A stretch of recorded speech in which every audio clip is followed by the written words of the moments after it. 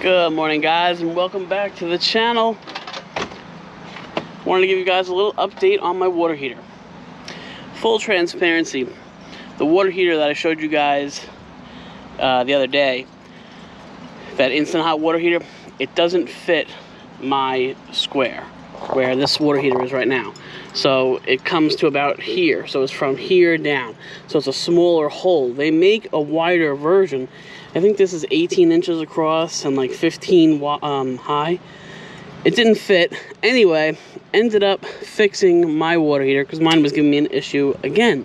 It was the control board again for the third time. And what I finally realized is these cheap Chinese junk control boards are just exactly that. They're just garbage. So instead of spending 40 or 50 bucks, I went ahead and spent $136 on this one. It's called a Dinosaur Electronics control board. This is good for many different water heaters. Many different. If you jump on their website, I'll leave a link down below to an Amazon link. I don't make any money off of it, but I'm just going to show you guys.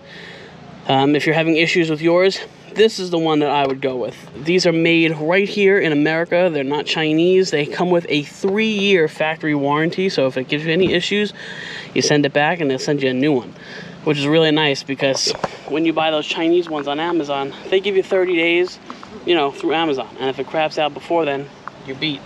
So 3-year warranty, plug and play.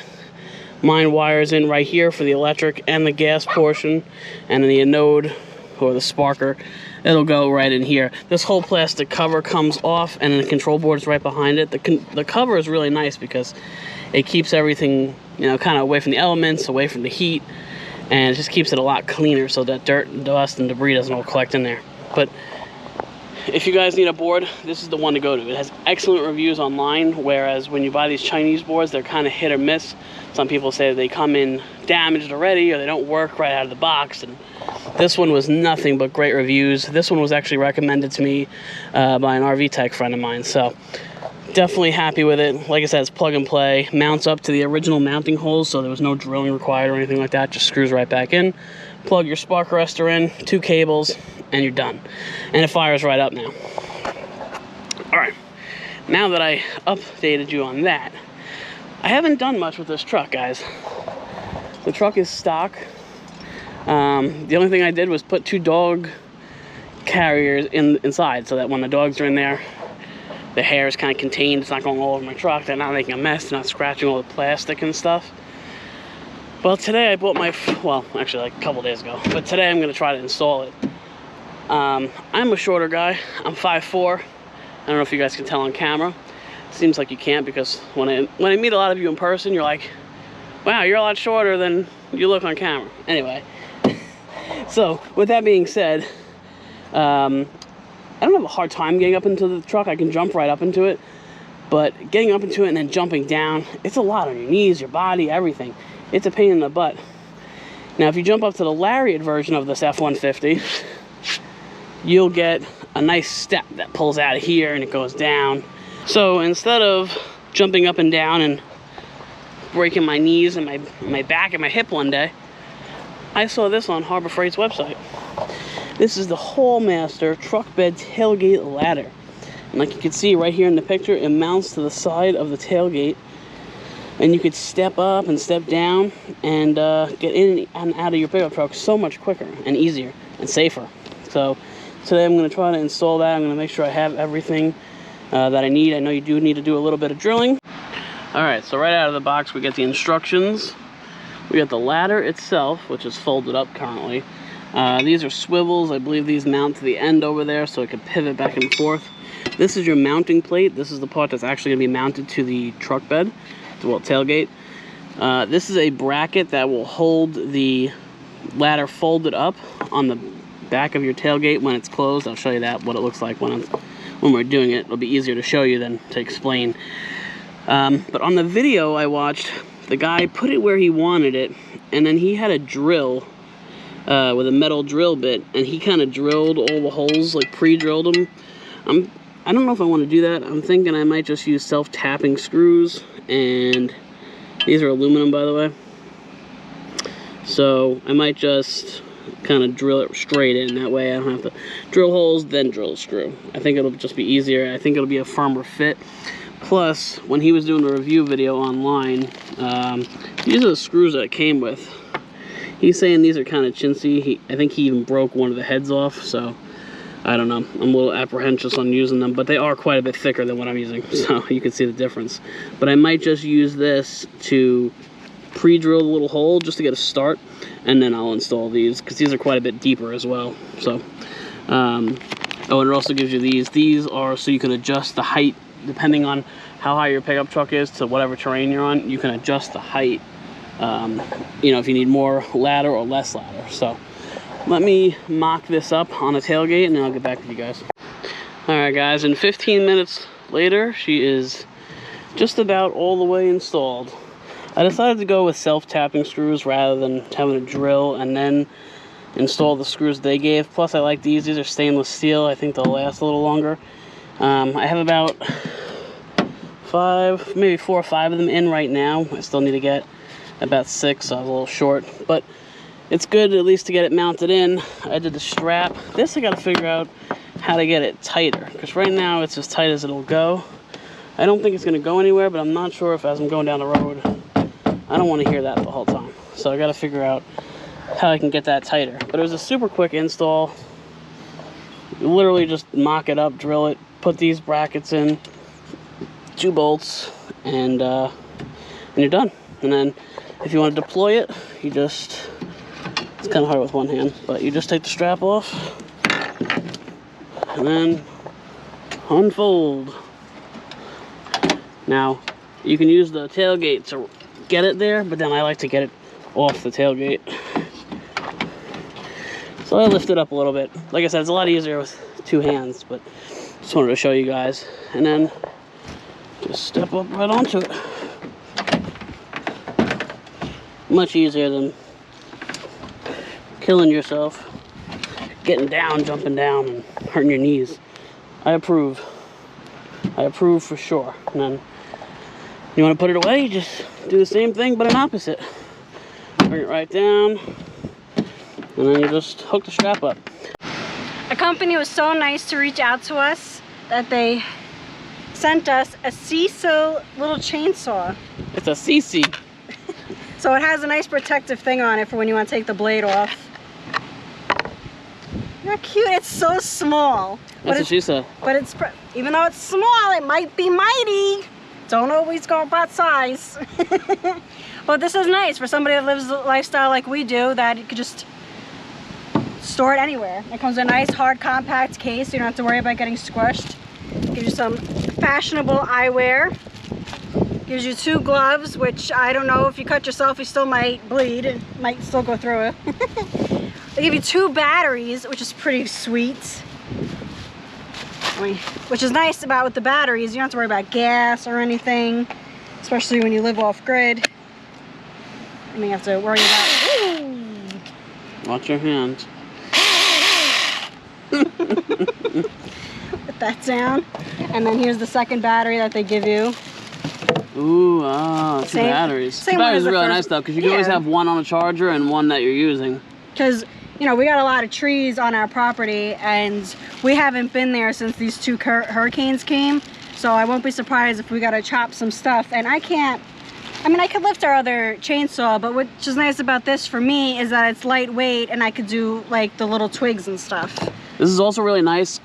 Right now we're not, but sometimes you'll back into a site at an RV park and you'll have low-hanging branches or whatever, and you don't want them to hit your roof, scratch your solar panels.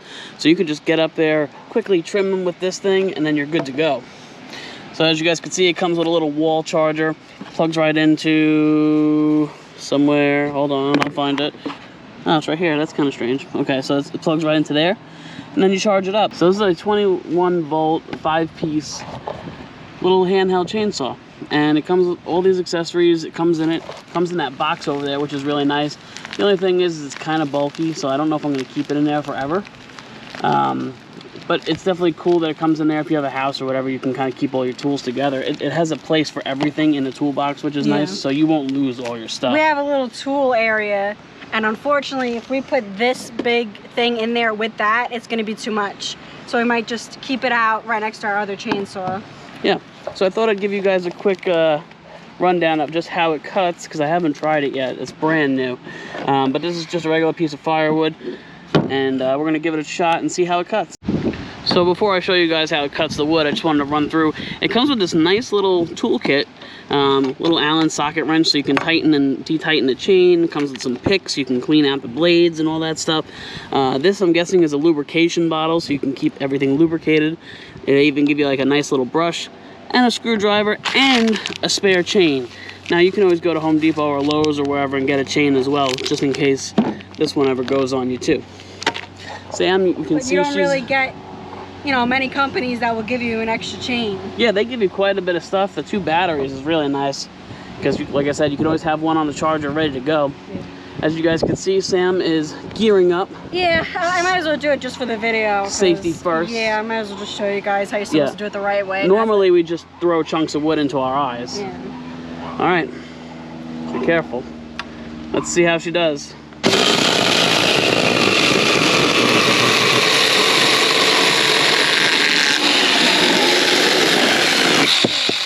Genuinely impressed, actually. That was. Man, my freaking hand hurts. That was solid. I think it was good. That cut right through. I'm really impressed. You know, this is actually also really good because we have our solo stove, which is very small, and we can cut this into like 3 pieces and then split these to like solo stove mini size, which we're probably going to do because we're going to a harvest host in a couple of days, and they allow you to have a fire. But we haven't used our solo stove in so long, and it would just be so much easier just cutting these really small for the solo stove instead of bringing big blocks of this. Yeah. So I think that's what we're gonna do. Yeah. So thanks again to Cece for sending this out to us. We really appreciate it. We're gonna be using it a ton. This looks a little messy. Oh my God! Watch your hand. How are you supposed to do it? You don't cut wood vertically. Oh, then how do you do it for the... You use an axe to split it. Don't do what I did. Yeah, okay. All right. And we should cut that part out. On to the next one. So yeah, thanks to Cece for sending that out to us. We really appreciate it. Please don't regret sending this out to us. I know I'm a moron. There will be a link in the description below if you guys are interested in one of these. These are really good for full-time RVers or for anybody who has like a homestead or off-grid property. Because we don't like carrying gas. I mean, we do for the generator and stuff, but I don't want to have to worry about gas for the both the chainsaws and whatever other tools that we have. So I'm cutting the wood in half with the chainsaw, and then he's cutting it the way you're supposed to with an axe, and then this is it right here for the solo stove. This is gonna burn nice because it's already dried, and some of the pieces are really thick, so it's gonna take a minute to burn down. But we have like what, 5 pieces of wood, and this maybe not even. We're gonna leave 3 behind because I think this is more than enough, and whoever takes our spot when we leave gets some free firewood. There you go. Well guys, it's been a minute, but we checked out. We officially left Jersey, finally. I am ready to head on to new, bigger and better things. It was just time to go. So, for the first time in a long time, we are at a Cracker Barrel. They got RV and bus parking. As you can see, we just kind of fit. So, if anybody comes in at night, hopefully they're paying attention. Yeah, hopefully they don't hit my brand new truck. That would suck. But I mean, I walked over here and it doesn't look too bad. When you're over here, you can kind of see that it's, I am more or less in the spot. The curb is right here, so I'm actually only sticking out maybe a foot. Anyway, we are on the way to Tennessee, but we're gonna slowly make our way there. Within the next 3 or 4 days. This is gonna be our first night. We're boondocking here. We're gonna go get some dinner because we got some gift cards to use. And then after that, we're gonna go, tomorrow we have a harvest host that we're gonna check into in Manassas. Sorry, I had to think where I'm going. 40 minutes away. Yeah, we're only 40 minutes away from the, hold on, let me clean this lens. We're only 40 minutes away from it. So today we put on 3.5 hours, which felt like 5 or 6 hours with the traffic. It was horrible. We're gonna just kind of hang out here. We're gonna go inside, get some dinner, and just lay low for the night. All right, well, we just got back from eating inside Cracker Barrel, which was sadly disappointing because Sam and I actually, you know, we used to really like Cracker Barrel. I don't know what's going on. I know they've been having some pretty crappy reviews lately. A lot of them are shutting down. They're changing up like the whole menu now. It's they got rid of the sirloin steak, which is what I usually go for. They don't have that anymore. They got rid of the starter that we used to like. I don't know. So today we got the fried chicken.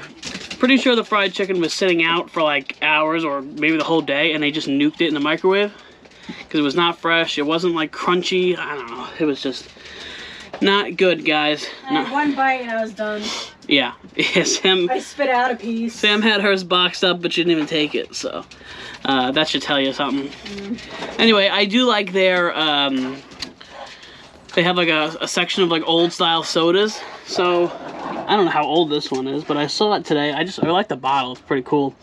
Picked this one up. This is Reed's Sparkling Apple Cider, Harvest Spiced. So figure I'll try that. I'm gonna put it in the fridge, let it get a little cold, and then I'll report back to you guys. I wanted to jump on here real quick and tell you guys, I'm on a lot of these Facebook pages for like Florida RVing and Stuff Hits the Fan and all those kind of pages, prepping pages. There's so many people on there going, should I leave for this hurricane coming? It's 160 mile per hour winds. Should I leave? Yeah, guys, please. You have to have even the littlest bit of common sense to know that that will absolutely blow your RV away, okay? 40, 50 mile an hour winds, 40 to 50, can definitely blow your RV over if it really wanted to. A good gust caught at the right angle will tip your RV over. It won't blow it away, but it'll definitely tip it over and cause some pretty significant damage. 150 mile an hour winds, 175 now I think they're calling for. It's at a Cat 5 hurricane, guys. This is not a joke. It's not a tropical storm. This is not one of those, you know, you put some tie downs around your RV and hope for the best. This is, you hook up to your truck or you get in your Class C or your Class A and you drive away. If you can't bring the RV with you, you leave anyway. Yeah. I mean, that can be replaced. I've been in a situation where our first RV was a fifth wheel. I didn't have a truck to pull it. I had to leave it behind. If you go back to our old videos from, man, I don't know, 6 years ago. Yeah, about 5 or 6 years ago, 2016, 17. Yeah. You'll see, we were staying on this lady's farm in our fifth wheel. I didn't have a truck to pull it. I had a Kia Soul, or no, I think we had our Nissan Sentra. Yeah. And it's not going to pull it, so we had to leave it there. The wind picked up, and we got really nervous. And yeah, we went up. That was Hurricane Irma. 2017, Hurricane Irma. It was a really bad storm. And we ended up driving up to Georgia and staying in a tent, I think. Yeah, in a tent. So, please, use a little bit. With this lifestyle, you have to be able to, you know, take care of yourself and figure out what you can do and have a game plan, an emergency plan. Have a bag ready to go. And don't wait till the last minute to get sandbags. Yeah, well, if you're in an RV, forget the sandbags. That's not going to do anything for you. But I mean, the reason why I'm bringing it up is because someone is waiting online for 3 hours for one sandbag. I mean, why not keep the sandbags that you had from the previous storms? What is one sandbag going to do? I have no idea. I got a sandbag! I didn't really think Guys, that. The other thing that drives me nuts, now I understand some people are financially strapped and they can't afford to hold on to the generator. But a lot of people will go out, they'll buy a generator, they'll, run through the storm, whether they lose power or they don't, and then they go and they return it. Like there's not going to be another hurricane in Florida. We usually get like 2 or 3 a year. Some are, very, very minor, maybe even a tropical storm. And some can be horrendous, like this one. This one's going to be bad. This one's going to screw up a lot of people. Cat 5 is not going to be a joke. And we unfortunately don't know how the property is after that first storm that hit. Yeah, luckily all my stuff is in a shipping container, a steel shipping container. So I'm good to go, okay? My stuff is safe. A tree can fall on that thing or whatever. I'm really not too worried about it. For a little shed that's in the back, that we don't know. Well, that I got nothing in it, so I can care less. Well, I have that. We keep that for like the animals that like to go in there to hide. Yeah, it's their natural little habitat. But guys, you have to be prepared. Have a generator on standby. Have some gas on standby. Have the keys ready to go to start the truck or your RV or whatever you're in, and just get out of there. Every like 20 minutes. It's, should I leave? Should I stay? Are you guys gonna stay? Don't worry about what other people are gonna do. Worry about yourself, your family, your own RV. Oh, and don't try to put full coverage insurance on your RV right now, because they are gonna deny you. A lot of people are trying to be slick. They'll try to put full coverage insurance on their RV 2 or 3 days before a hurricane. I think they actually stopped like a week or so before. Yeah, and they don't do it till a month later. Yeah, they won't do it for a while. So, you know, just be prepared, just financially and with everything else. All right, I'm gonna chill out here a little bit, have some fruit. By the way, Sam has a new channel. She started her own, what, a female perspective on the traveling life? Yeah, and I have a different filming style? Yeah, than Sean does, and it's not really his style, and he doesn't like putting it on this channel because it seems like, I don't know, we don't get the feedback that I thought maybe I would get. So I figured I might as well just do it on my own channel and film what I want to film and how I want to do it. I think it's going to be a different audience, a lot of girls. It's going to be like a mix of everything, right? Traveling, makeup. I don't know about makeup. Know, whatever, I don't know. About RVing and... Yeah, whatever her life is about. Oh, yeah. That's on my channel if you want to see more. No, I'm just kidding. Wow, you're gonna get a lot of subscribers now. Holy crap. Oh, sorry, really? What? Sorry. Listen, we gotta pay for the fuel for this thing, okay? It's expensive, please. Please.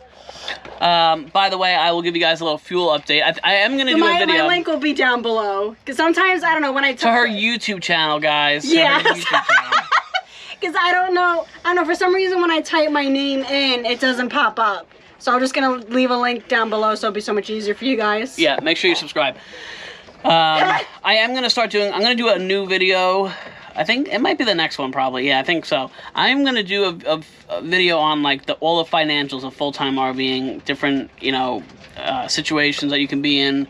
And just a breakdown of kind of how expensive or how cheap it can be to live in an RV. So if you guys are interested in that, it's not cheap. We'll let you guys know how expensive it really is. Yeah, that's a little surprise. I mean, if you're sitting still at an RV park. All right. We're gonna talk about it next video. Go ahead. So subscribe to me. But yeah, if you're interested in that and you're not subscribed, make sure you're subscried, please.